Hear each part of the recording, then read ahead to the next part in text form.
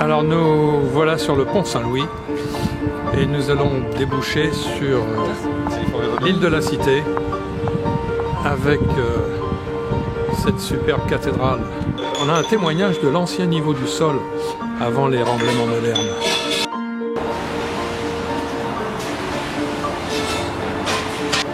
La rue de la Colombe qui était ouverte en 1223. Et voilà l'emplacement de l'ancienne enceinte gallo-romaine. Deux des 37 maisons des chanoines du XVIe siècle qui subsistent.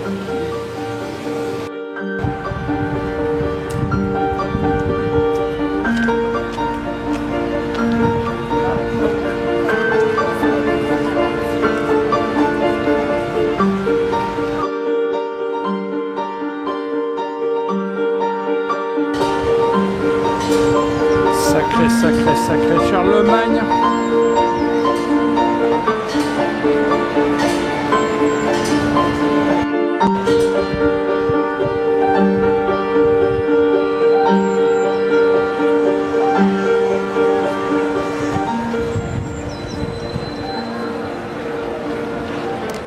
Pont au double qui s'appelle comme ça parce qu'il faisait l'objet d'un double péage en 1634.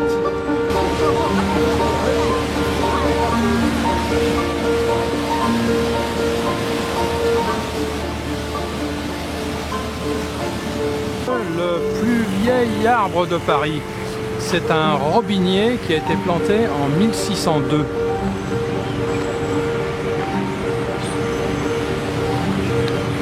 Bon, il a quand même quelques jambes de bois. La rue de la Bûcherie, qui doit son nom au port au bois qui existait sur les berges avant l'annexe de l'Hôtel-Dieu bâti au XVIIe siècle.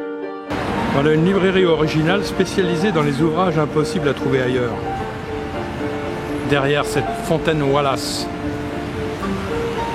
Fontaines Wallace qui ont été créées à l'époque pour abreuver les Parisiens. C'est donc de l'eau potable.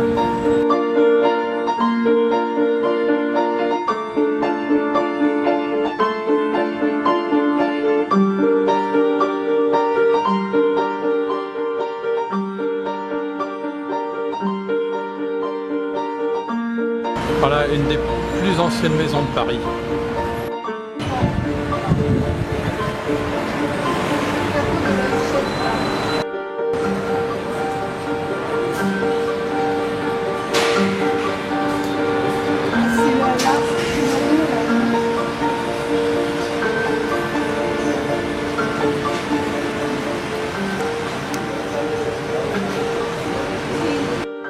Alors voilà, en fait, l'ancien minuscule théâtre de la Huchette.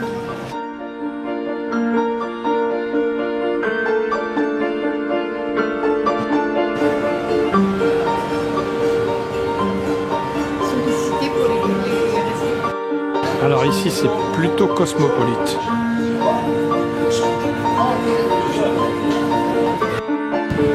Et l'église Saint-Séverin.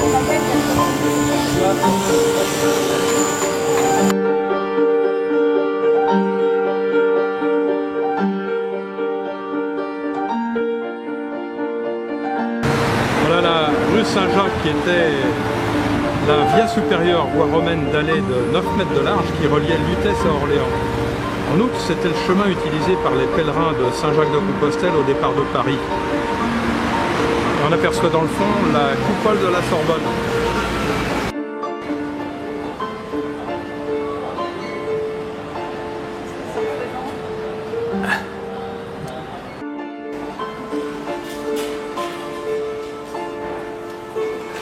Voilà la rue Maître Albert. Allez, on attaque l'ascension de la montagne Sainte-Geneviève. Voilà, la pente initiale a été corrigée.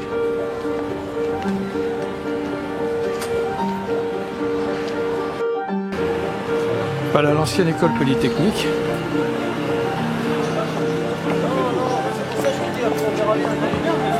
Et derrière, on va arriver au Panthéon.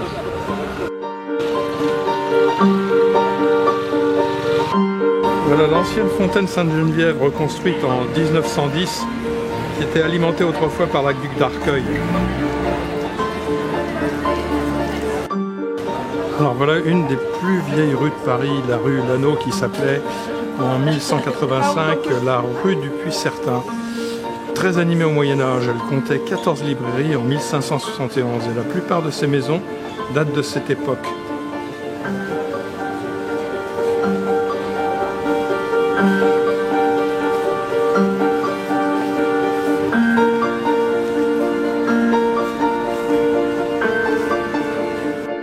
Qui est une auberge depuis 1627.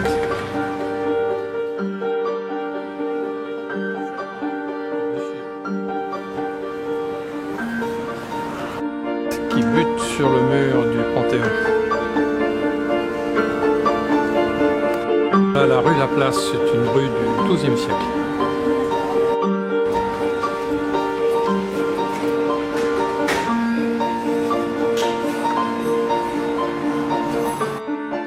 Et on débouche sur l'église Saint-Étienne du Mont.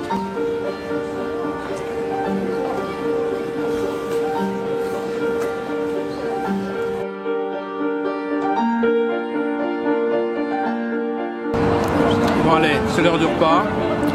Devant le Panthéon. Et tant qu'à faire, on met les jeunes avec les jeunes.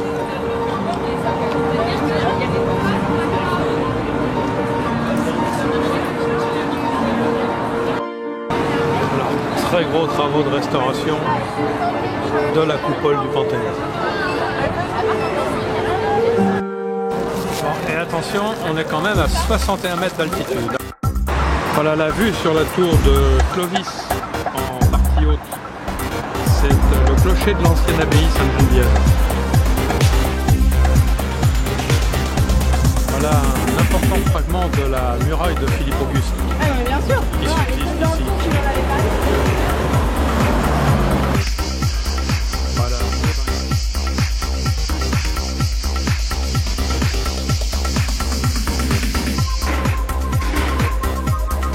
Ah, on dirait que le mur est un peu venteux quand même. Voilà, c'est ici à la maison de la pomme de pin que Rabelais retrouvait les poètes de la Pléiade. Voilà, rue Mouffetard, l'enseigne d'une boucherie du XVIIIe siècle.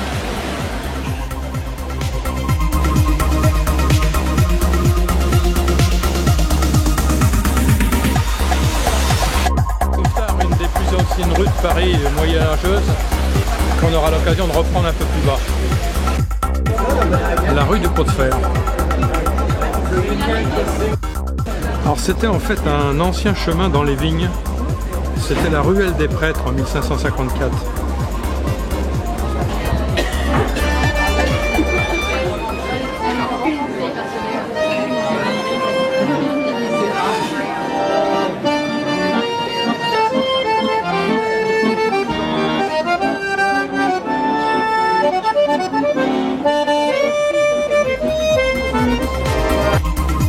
Voilà ce qui reste de la fontaine du Pot de Fer, qui est l'une des 14 que Marie de Médicis édifia pour répartir rive gauche l'excédent des eaux amenées par l'aqueduc d'Arcueil, créé par elle pour le palais du Luxembourg.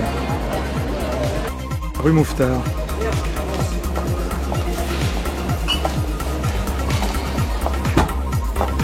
Les maisons sont toutes plus ou moins anciennes, du XVIIe, XVIIIe siècle. Ce chemin gaulois, devenu ensuite voie romaine, n'a en fait jamais changé de nom depuis une vingtaine de siècles.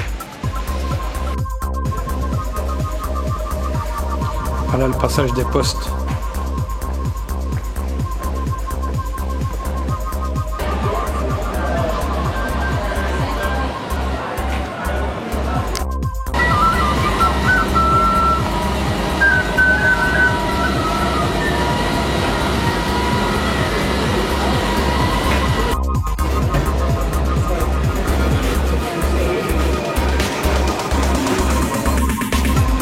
Daubenton.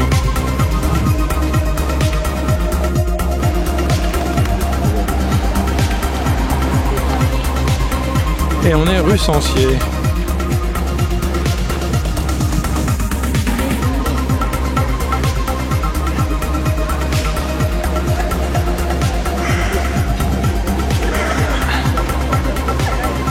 Quand on pense que au XVIIe siècle, on franchissait la rivière Bièvre par un gué à cet endroit-là. Si au passage, on veut prospecter pour un petit studio, 2 pièces, 50 mètres carrés, de Corvisart, où en fait il s'agissait avant de zones marécageuses. Il y avait des quantités de flaques qui produisaient des blocs de glace que l'on prélevait et qu'on conservait soigneusement dans des puits jusqu'à l'été avant 1890. Et alors d'après vous, l'enceinte Philippe-Auguste? Non, c'est la prison de la Santé. Seule prison qui subsiste dans Paris, qui sert essentiellement aux prisonniers en instance de jugement, ou alors aux prisonniers politiques. Voilà le dôme de l'hôpital du Val-de-Grâce.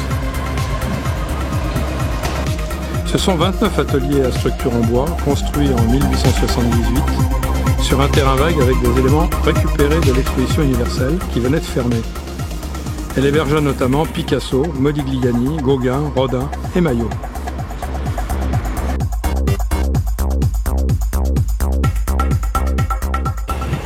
Rue de Julienne, ce qui reste de l'abbaye des Cordelières en 1674. La rue des Gobelins.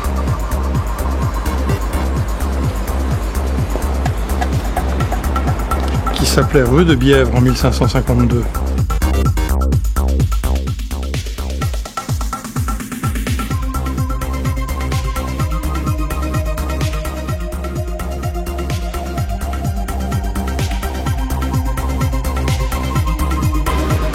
Allez, un peu de descente.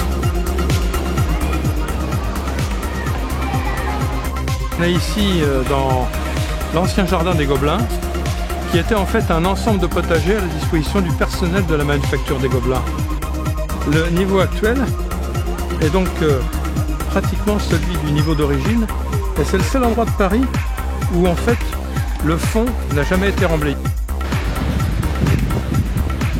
Voilà donc à Corvisart, sous la ligne aérienne de métro, avant 1860. On quittait Paris ici pour arriver à Gentilly. Bon, alors qui dit que ça monte pas dans Paris? Nous allons maintenant monter à la butte aux Cailles.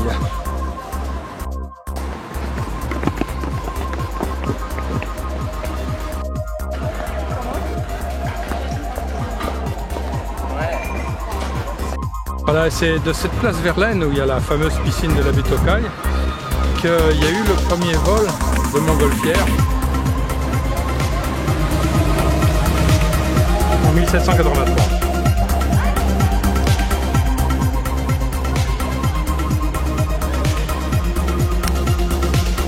Rue d'Aviel, c'est la petite Alsace. Alors nous voilà rue de la Colonie, appelée comme ça parce que c'était la première colonie de chiffonniers peuplant la butte aux Cailles.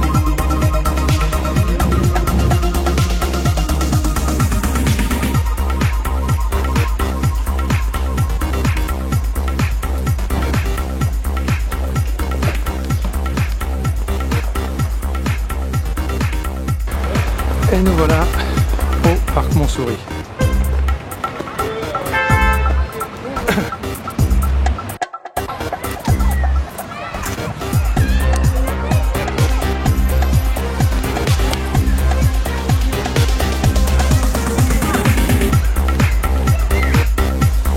Ça monte, Manono?